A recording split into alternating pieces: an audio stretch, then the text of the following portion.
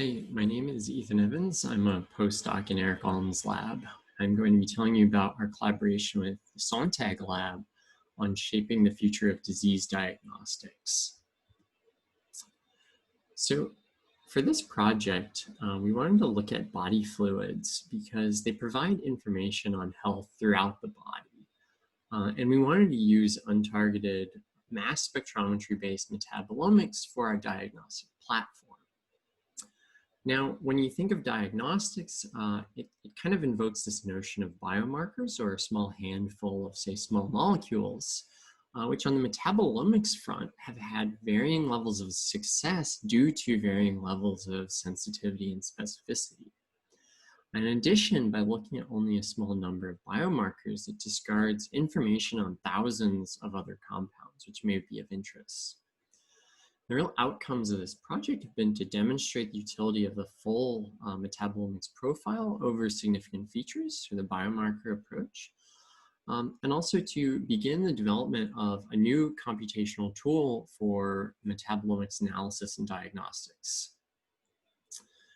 So we initially started by looking at 148 different data sets spanning 9 health states, as we're calling them, in these different colors down here in the lower left, across 35 different studies. And by and large, we found that on the right, these training L1 regularized logistic regression models were able to achieve high AUC values for the diagnostic task.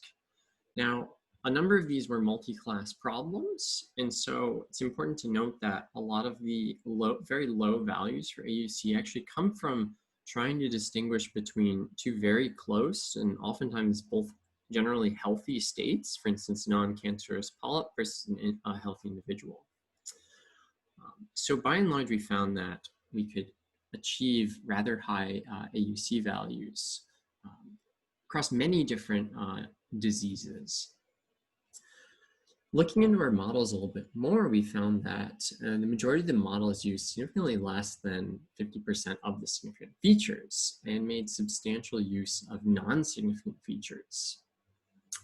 So we took the data sets with at least one significant feature over here on the left, and we trained models with just the significant features, and we compared them to all features. And we found that using all features substantially outperforms using just the significant features, as might be commonly done.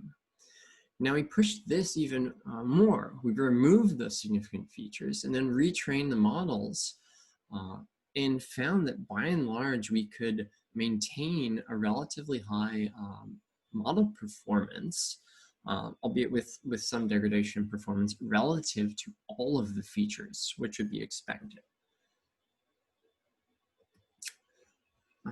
So that really kind of showed us that there's a lot of information in this type of data, but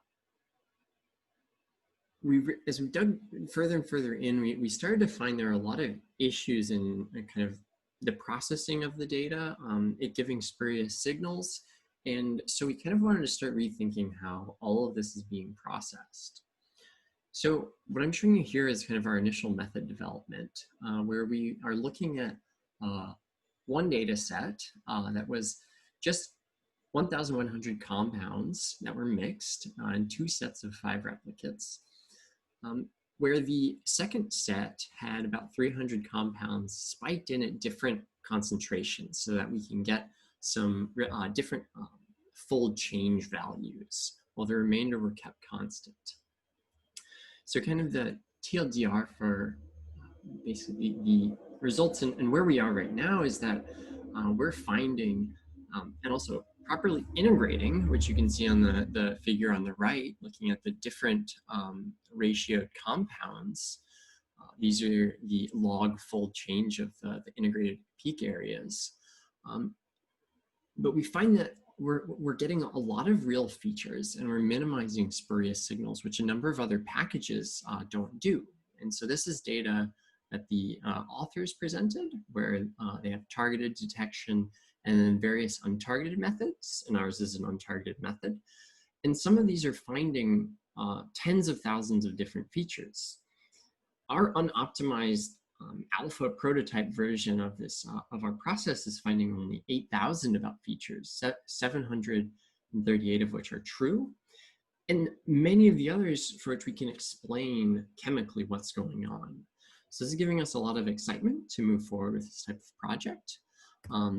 And it's kind of the future direction. But for now, I would like to thank J-Clinic for the funding of this project, or multiple projects, and also acknowledge the two teams on Eric's side and David's side.